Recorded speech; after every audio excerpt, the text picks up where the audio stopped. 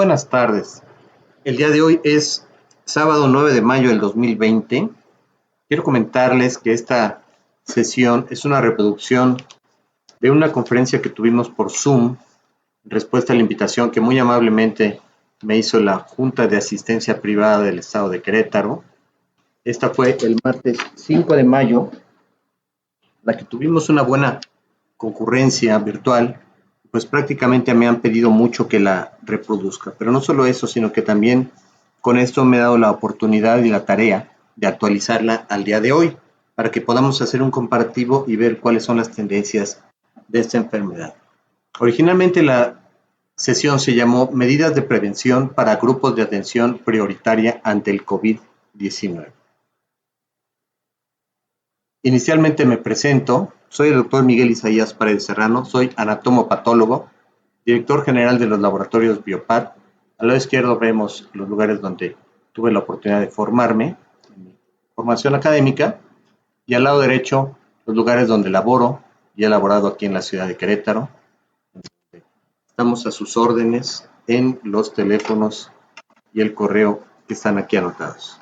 Bien, pues comenzamos diciendo que lo que nosotros tenemos que hacer es, como un deber, transmitir las recomendaciones que la Organización Panamericana de la Salud y la Organización Mundial de la Salud nos proporcionan para que todos estemos de manera conjunta y armónica trabajando sobre las mismas recomendaciones a nivel mundial. Bueno, básicamente, lo primero que tengo que hacer es como un índice de lo que vamos a platicar el día de hoy. Primero, ¿qué es el coronavirus y qué significa COVID-19? ¿Cómo comenzó todo? ¿Cómo se dispersó por el mundo tan rápido? ¿Qué es una pandemia y cuáles son sus fases? ¿Cuándo llegó a México? ¿Cuáles son las estadísticas reales? ¿Cuál es el tratamiento y en qué van las vacunas? ¿Cómo podemos y debemos protegernos? ¿Qué se espera en el futuro? ¿Y qué hemos aprendido con todo esto? Básicamente tenemos que comenzar diciendo, primero, si sabemos qué es el coronavirus y qué significa COVID-19. Los microorganismos son todo un universo de seres vivos que se encuentran habitando con nosotros en el planeta y compartiendo también toda su ecología. Bien, los más pequeños de todos estos microorganismos son los virus y luego le siguen las bacterias, los hongos y los parásitos. Vamos a ver qué es cada uno de ellos. Los virus son pequeñas partículas muy pequeñitas, vamos a decir más adelante cuánto miden, que son de una manera muy diversa, de formas muy diversas. Quiere decir que algunos son redondos, algunos son alargados, algunos tienen forma de una cápsula, otros son poliédricos, y así como estamos viendo algunos de estos ejemplos. Y un virus no es más que una cápsula que contiene en su interior material genético que puede ser transmitido de un microorganismo o a otro microorganismo o de una célula a otra célula. No pueden vivir solos los virus, tienen que estar unidos a otra célula, sea igual microorganismo como las bacterias o dentro de un organismo superior especializado como somos nosotros o cualquier otra especie del planeta. Las bacterias, por el contrario, son pequeñas células, son partículas unicelulares que tienen diferentes formas también y que en su interior tienen más que el material genético. Tienen también alguna otra herramientas y maquinaria metabólica que le permiten subsistir aún fuera de un organismo. Por eso podemos ver que las bacterias pueden vivir en una superficie inerte o incluso en el ambiente. Los hongos son como pequeñas plantitas microscópicas que se encuentran prácticamente en toda la naturaleza. En todo el mundo se han identificado diferentes especies de hongos y estas también, una buena proporción de ellos, son capaces de producir enfermedad y otras simplemente viven en equilibrio con todas las demás especies del planeta. Los parásitos, pues bien, todos sabemos desde organismos unicelulares como las amibas hasta organismos más complejos como lo que comúnmente conocemos como lombrices y que técnicamente son nemátodos o helmintos. Bueno, los virus miden de 10 a 200 micras. Recordemos que actualmente estamos en la era de la nanotecnología, podemos ya usar estos términos de una manera más cotidiana pero un nanómetro es la millonésima parte de un milímetro. Por el contrario, una bacteria mide de 1 a 50 micras, que esto significa 50 o 100 veces más. Por hacer una pequeña analogía, pongo esta imagen en donde vemos una imagen del Sol y una imagen del planeta Tierra. Esta es la proporción que guarda aproximadamente el tamaño de una bacteria con el de un virus en general. Y si bien las bacterias son microorganismos muy pequeños y para verlas necesitamos herramientas como los microscopios compuestos que tenemos comúnmente en los laboratorios y en los hospitales, pues un virus prácticamente no lo podemos ver. Lo que vemos son sus consecuencias en las células, pero para verlo necesitaríamos un microscopio electrónico, de los cuales pues, son muy poco comunes y solamente los centros especializados altamente o de investigación cuentan con ellos. Bien, existen muchos tipos de virus. Hay unas variedades que el doctor Bethesda, quien ganó el premio Nobel de Fisiología y Medicina allá por 1975, hizo la clasificación. El doctor aún vive allá en los Estados Unidos, y bien, él descubrió y él propuso que la clasificación debía basarse en el material genético, si están compuestos por ADN, por ARN, si son retrovirus, porque de ARN se tiene que convertir a ADN, o si van en un sentido o en otro sentido. Recordemos que los ácidos nucleicos, como los que vemos aquí a la derecha, son como unas pequeñas escaleras de caracol, y hay de una sola hebra y hay también de doble hebra, así como lo estamos viendo aquí. Bueno, pues esta es la clasificación de los virus y hay una gran combinación de estas posibilidades en la taxonomía, esto quiere decir en el árbol genealógico de los virus que habitan el planeta. El coronavirus es un retrovirus, similar en esto al virus de la inmunodeficiencia humana. Sin embargo, es muy diferente al de la influenza, porque el de la influenza, aún siendo de ARN, estos se multiplican de una manera diferente a lo que son los coronavirus. Por eso se sabe hoy que son otra especie muy diferente, aun cuando morfológicamente pudieran semejarse en ciertas características, son biológica y metabólicamente muy diferentes entre sí. Bien, ese es el coronavirus. Ahora, ¿qué es SARS-CoV-2? Esto suena como un número de placa, ¿no? Pero el SARS-CoV-2 es el nombre que tiene este coronavirus que hoy está ocasionando los estragos a nivel mundial a través de esta pandemia. SARS, como vamos a ver en la siguiente imagen, son las abreviaturas, las siglas de la enfermedad que produce. CoV es coronavirus y el tipo 2 es porque es el segundo de esta variedad conocida, porque el 1 se descubrió en el 2003 y ocasionó también una epidemia seria, pero que fue contenida en su momento. Bien, ¿cómo es el coronavirus? El coronavirus, como lo vemos, se parece a estos chocolates Ferrero Rocher. Ya dije un nombre comercial, pero bien, es para más o menos ubicar cómo es morfológicamente. Y tiene estas pequeñas proyecciones estructurales en su superficie que son proteínas. Y todas estas pequeñas manchitas están formadas por grasas. Si vemos del lado derecho, es un esquema. Recuerden que les decía que son como unas cápsulas hechas de grasa con proteínas en la superficie que tienen en su interior ácidos nucleicos. En este caso tienen ARN, que una vez que entra a la célula humana se convierte, es que no es propiamente una conversión, sino que forma un molde a través del cual se forma un ADN, que es el que va a propiciar su multiplicación y la enfermedad que produce. Bueno, SARS-CoV-2, como dijimos, es el nombre de este virus y significa síndrome respiratorio agudo severo. La abreviatura es en inglés, aquí abajo pongo lo que significa, y bien, y CoV-2 es coronavirus tipo 2. Les decía que el 1 se descubrió en el 2003, el 2 se descubrió en el 2019. Bueno, más bien fue cuando se descubrió la enfermedad. Y COVID, este es el nombre de la enfermedad. El nombre de la enfermedad quiere decir Coronavirus Disease del 2019. Recordemos que este se descubrió ocasionando enfermedades desde el mes de noviembre del año pasado.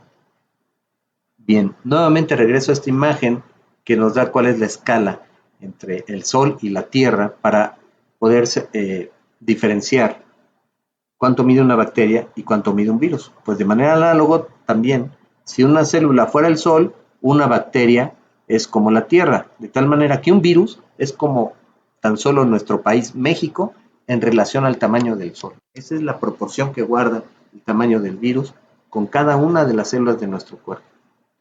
Les decía, es muy, muy pequeño. Ahora, ¿cómo comenzó todo? Este mapa es muy importante porque vamos a ver, todos hemos escuchado la provincia de Hubei, su capital es Wuhan.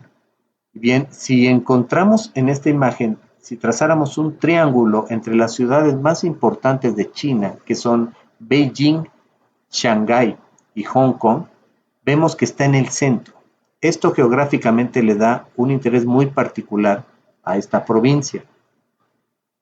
Quizá nos hemos imaginado, no sé si alguien de ustedes ha tenido la oportunidad de estar en Wuhan, o en China al menos, y todos podríamos pensar que la provincia de Wuhan es un lugar, pues, rural, quizá no tan desarrollado, y en donde se encuentran estas condiciones tan insalubres como en muchos lugares del mundo.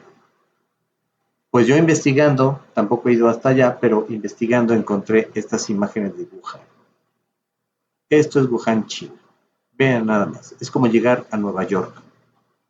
Este es un río, uno de los ríos más importantes de China, pasa por Wuhan, o más bien se desarrolló hace más de 4.000 años que se fundó esta próspera ciudad a la orilla de dos de los ríos más importantes de China. Hay rascacielos, es uno de los centros más desarrollados de ese país. De hecho, se comenta que son de las ciudades más esplendorosas del mundo. El río Yangtze y el río Han son aquellos que lo bordean por ambos lados. Actualmente se conoce que es la capital de la provincia de Hubei y es la ciudad más poblada en la zona central de la República Popular China. Actualmente se considera que es el centro político, económico, financiero, comercial, cultural y también educativo de China Central, debido a su gran papel que juega en el transporte doméstico, esto es, en el país, se le conoce como el Chicago en China. Bien, pues como también no todos somos perfectos y hay costumbres en cada región, pues resulta que a ellos les gusta comer algunas de las especies que para nosotros los occidentales pues no se nos hacen muy atractivas. Sin embargo, dentro de su cultura, dentro de sus costumbres, está el consumirlos. Y se cree, existe la hipótesis muy sólida, que alguna de estas especies lo transmitió a los seres humanos. ¿Y qué es lo que pasó? ¿Cómo comenzó? El 19 de noviembre se reportó el primer caso de COVID-19 en Wuhan, China y el mundo. Ni siquiera se llamaba así la enfermedad. El paciente cero fue una persona de 55 años de edad. Una vez que el médico que lo descubrió lo publicó, fue severamente sancionado por gente de su gobierno por generar pánico. Sin embargo, él mismo tristemente falleció víctima de esta enfermedad. Hasta enero del 2020 se informó, pues, oficialmente el brote de virus en la ciudad de Wuhan. Esto quiere decir que se perdieron poco más de 2 meses, lo cual para una ciudad que recibe 2 millones de viajeros en los aeropuertos por mes es muy alto. El 30 de enero, la Organización Mundial de la Salud declaró el brote del nuevo coronavirus como una emergencia de salud pública de importancia internacional. Para entonces ya tenían en China 7.700 casos y habían muerto 170 personas. ¿Cómo fue que se dispersó en el mundo tan rápido? Pues, como les decía, dada la importancia y la ubicación geográfica de este país que une todos los continentes y de esta provincia específicamente, que tiene conexiones aéreas con los principales aeropuertos del mundo, pues así es como ellos reciben más de 1 millón, aproximadamente 2 millones de vuelos comerciales por mes. En 2 meses pudo prácticamente salir a todo el mundo. Vemos aquí las conexiones que tiene con Europa, por ejemplo, con América también. No tiene conexiones directas. Aparentemente, según esta gráfica, sacada de flightconnections.com, con Australia, por ejemplo, o con el continente africano. pero bueno, pues todos sabemos que una vez relevando algunas de estas ciudades importantes, pues puede diseminarse por todo el mundo en cuestión de unos días nada más. ¿Qué es una pandemia y cuáles son sus fases? Bien, esto no es una pandemia.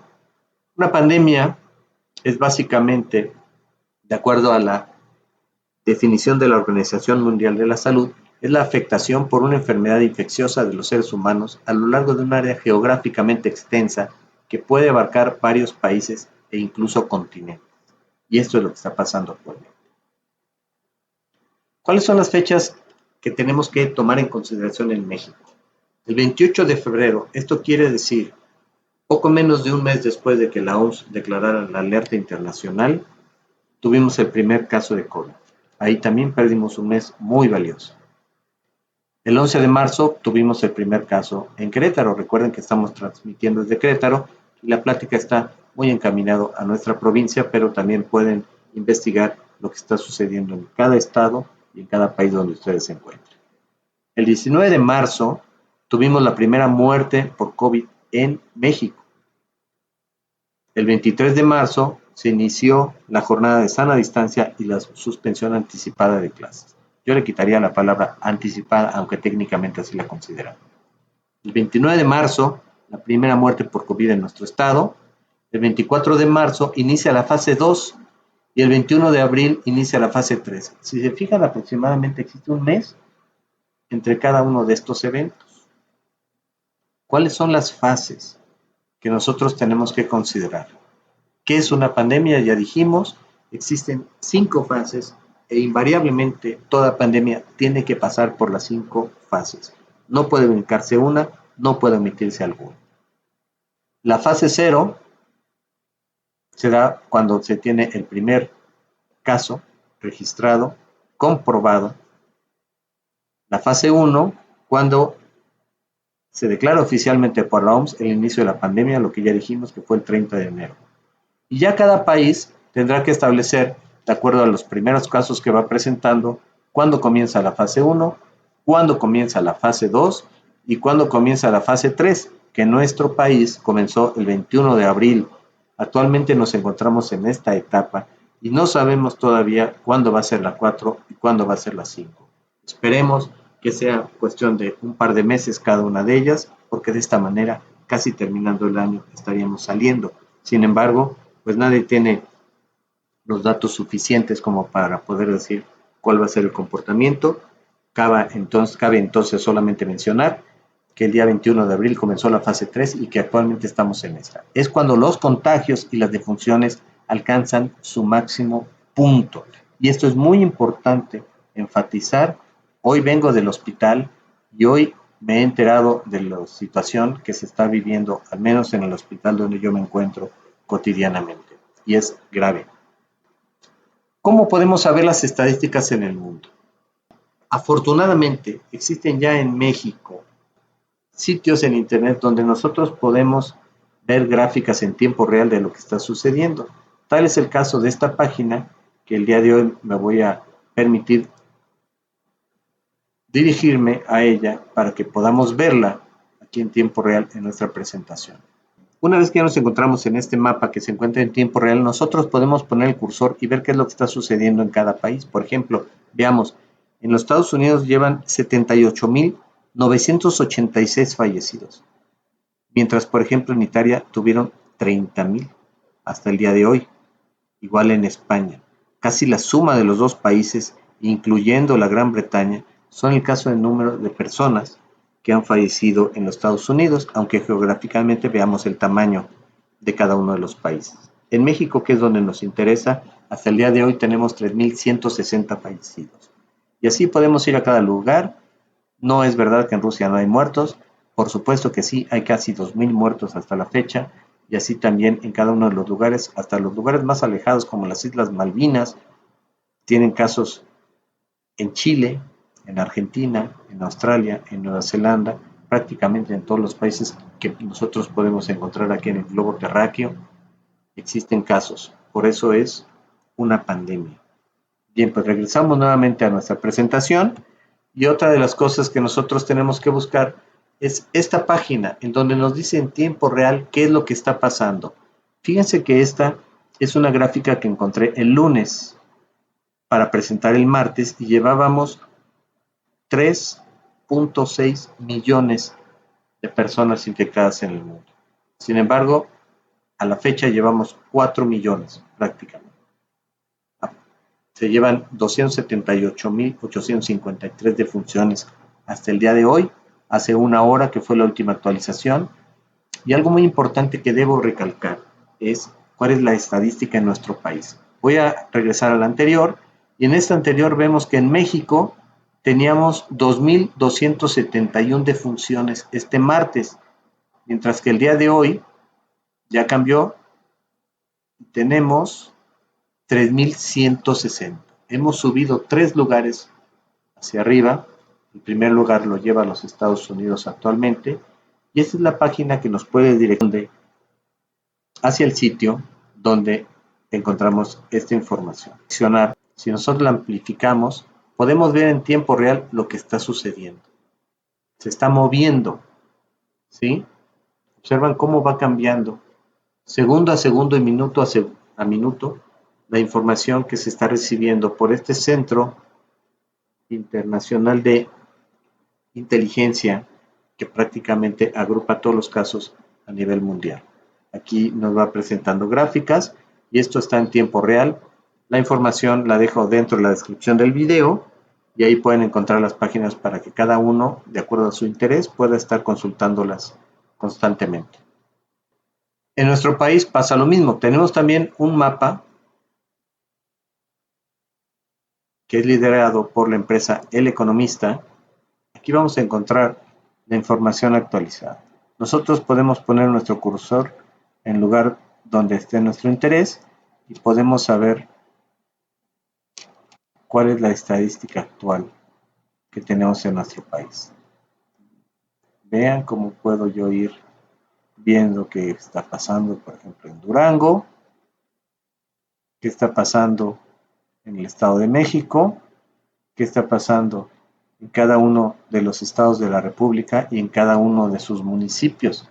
Del lado derecho nos va dando la información numérica y en esta imagen nos está dando la información gráfica de lo que está sucediendo. Bien, las estadísticas más actuales que tenemos el día de hoy, 9 de mayo, son las siguientes: 31.522 casos y 3.160 defunciones a lo largo de todo el territorio nacional. Del lado izquierdo, cada quien puede buscar el estado de la República que le corresponda y puede conocer la información que tenemos al menos disponible. ¿Qué está pasando con la famosa curva? Está en aumento. Por ejemplo, actualizando esta presentación me di cuenta que el 3 de mayo, que fue el domingo pasado, teníamos 23.471 casos. El día de hoy, casi una semana después, tenemos 31.522 casos. Esto significa que hubo un aumento del 34%. Quizá en unos 3 días más se habrá duplicado esta cifra. El 3 de mayo teníamos 2.154, el día de hoy tenemos 3.160 decesos, o sea, defunciones. Significa que aumentó casi la mitad en tan solo 4 o 5 días. Esto está, como dicen los músicos, increciendo, lo cual significa pues, que no esperamos porque así lo decíamos, sino que la expectativa actual con estas cifras es de que en unos cuantos días estas cifras puedan incluso duplicarse o multiplicarse más. Por eso es tal la situación de emergencia que con mucha seriedad tenemos que tomar. ¿Por qué es importante conocer esta gráfica? Porque en esta línea punteada nosotros estamos viendo la capacidad instalada de un sistema de salud en cualquier parte del mundo. Si nosotros tenemos una curva muy pronunciada como la que estamos teniendo y la que está aquí marcada con color azul, pues nos va a sobrepasar en cualquier momento la capacidad que tenemos. Si por el contrario esta curva la aplanamos, la bajamos, entonces vamos a poder atender a todos los pacientes que van a estar con la necesidad de ser atendidos dentro de un hospital.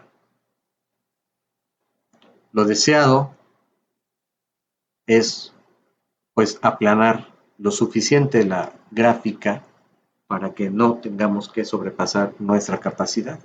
Lo no deseado, lo vemos aquí de color negro, es que el comportamiento estadístico, matemático que estamos teniendo hoy, pues no sea de esta naturaleza. Desgraciadamente así parece que está. ¿Cómo es la enfermedad? ¿Cómo se transmite? ¿Cuáles son los síntomas, sus complicaciones y qué es transmisión comunitaria? Bueno, pues el virus se transmite de persona a persona, al toser, al estornudar, al tocarnos unos a otros, al tocar superficies y luego tocarnos la boca, la nariz o los ojos, cosa que actualmente lo estamos haciendo constantemente al tratar de acomodarnos el cubrebocas. ¿Quiénes están en mayor riesgo? Se supo desde un principio que los adultos mayores de 60 años y las personas con enfermedades preexistentes, ya sea pulmonares o cardíacas o metabólicas como la diabetes, estaban en mayor riesgo. Sin embargo, la experiencia actual es de que cualquier persona puede ponerse grave en cualquier momento. Hoy nos llegó en la mañana una persona joven cuya madre falleció en la sierra, tristemente por una neumonía hace unos días, y seguramente fue por lo mismo, porque hoy hicimos su prueba y salió positivo. Y este es un chico joven, entre 30 y 40 años, que está hoy en condición muy grave dentro del hospital. ¿Cuáles son los síntomas? Los síntomas comunes son, como cualquier gripe, fiebre, cansancio y tos seca. Pero los casos graves se acompañan de fiebre muy alta, de datos de neumonía, con dolor torácico y con dificultad respiratoria. A la gente prácticamente le falta el aire, como si le estuvieran tapando la nariz. Bien, ¿qué está pasando? El 80% de los casos son leves, el 14% son severos y el 5% son críticos. Esto es muy importante porque podemos decir que es una cifra baja, pero si de 100,000 personas, el 5% en nuestro estado no tenemos suficientes camas como para atender a 5,000 personas críticas en un momento determinado. ¿Y qué es la transmisión comunitaria?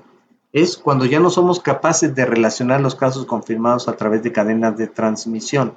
Esto es, no podemos decir tal persona infectó a tal persona y contagió a tal persona, sino que simplemente toda la comunidad estamos en riesgo y todos podemos contaminarnos en cualquier momento. Esa es la fase de transmisión comunitaria que se da dentro de la fase número 3. Nos preguntan y vemos todos los días en las redes información que tiene que ver con el tratamiento y con las vacunas. Es muy simple. Dos respuestas. ¿Cuál es el tratamiento actual? No hay. No hay. Nos han dicho que la quinidina, nos han dicho que algunos medicamentos están en etapa experimental, efectivamente, como el remdesivir, como algunos tocilizumab, que es un análogo de un inhibidor de la interleucina tipo 6. Son medicamentos, primero, que no los van a encontrar en una farmacia.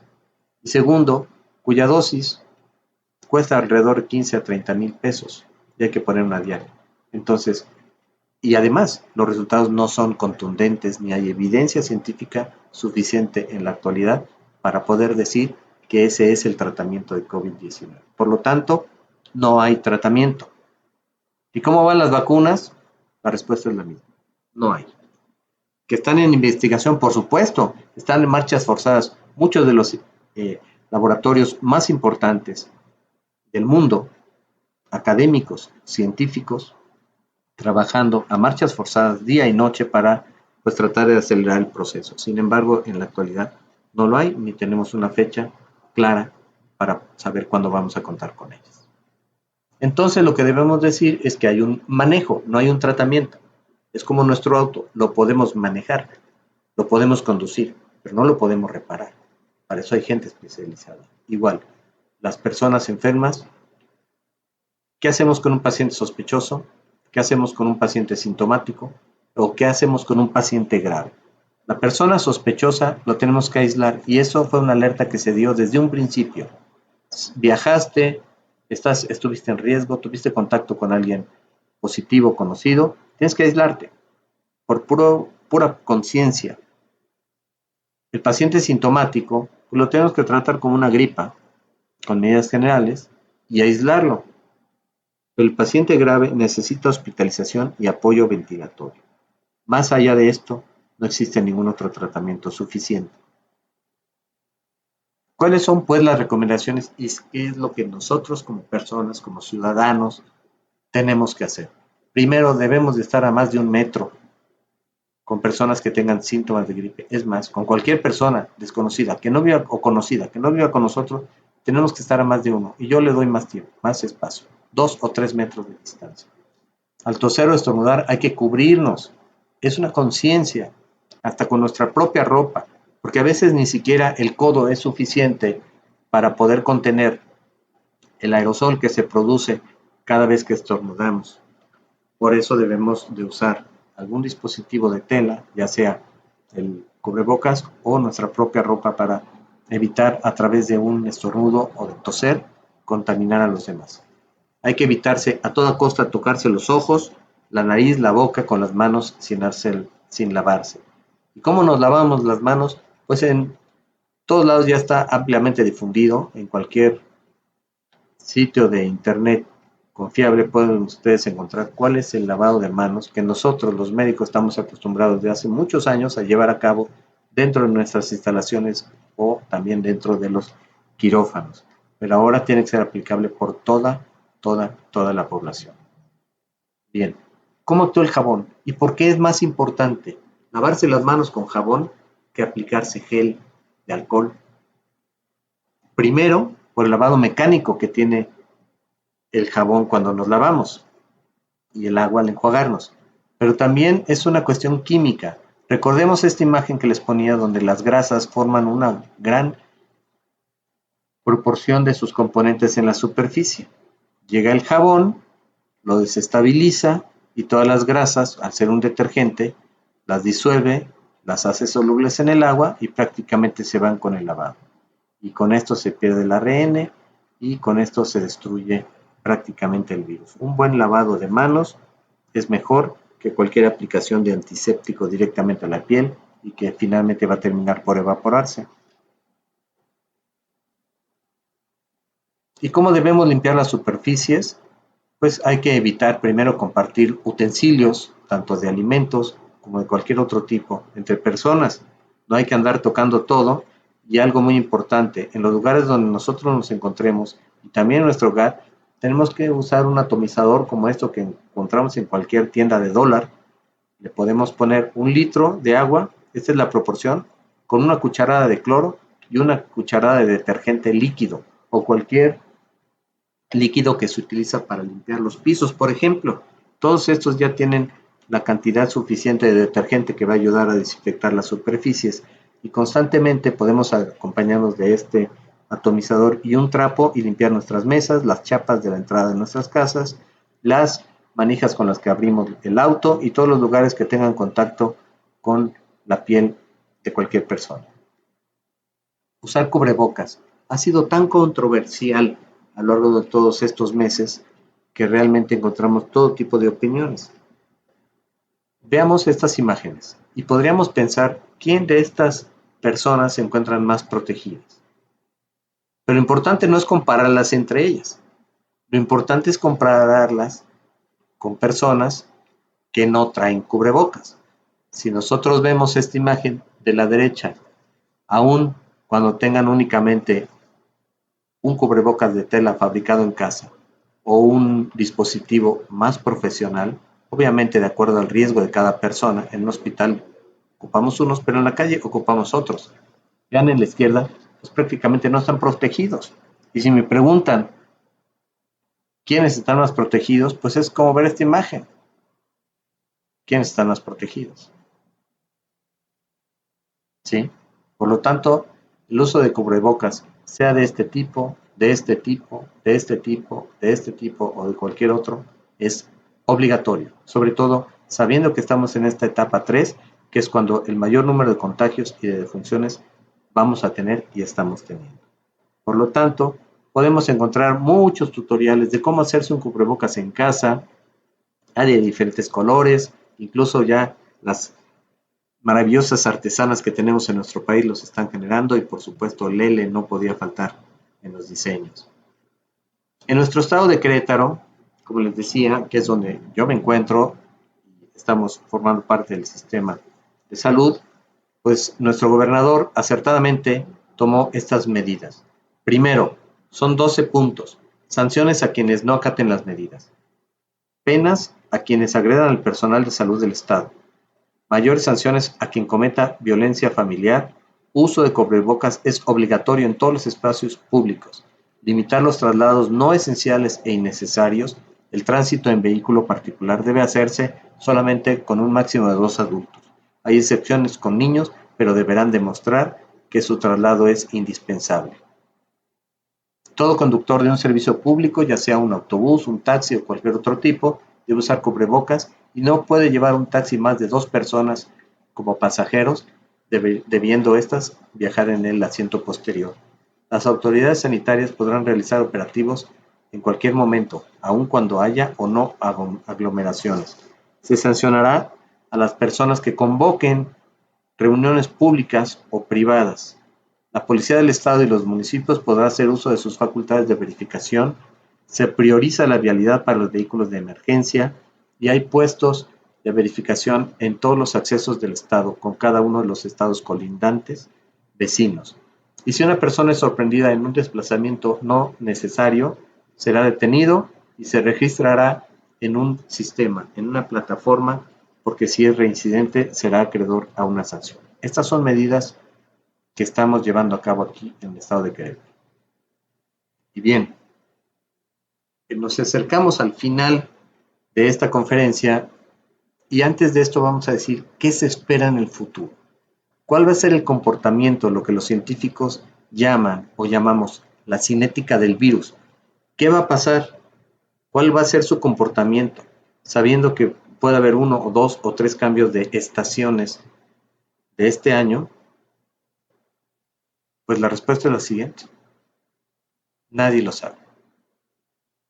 Todos son condiciones hipotéticas, extrapoladas a través de modelos matemáticos, sociológicos y biológicos, pero en la actualidad nadie sabe exactamente qué es lo que va a pasar. Por eso es que debemos extremar nuestras precauciones.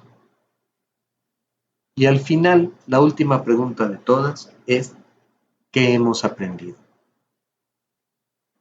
Esto nos invita a la reflexión, porque nosotros como médicos, como científicos, hemos aprendido algunas cosas, pero también como personas hemos aprendido otras cosas, en casa, con nuestras familias. Por eso es que esta pregunta no he querido responderla y le he permitido que cada uno de ustedes se la responda.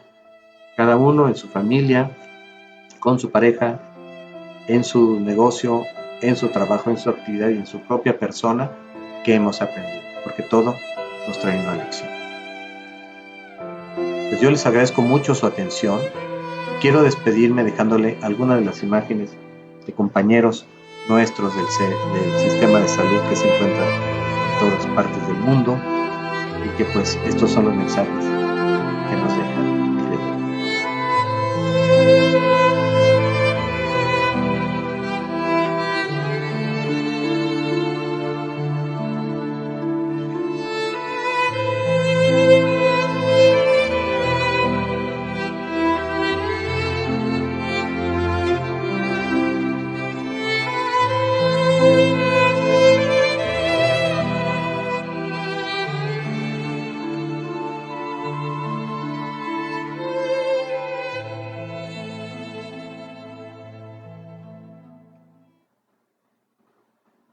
Bien, pues muchas gracias a todos por su atención.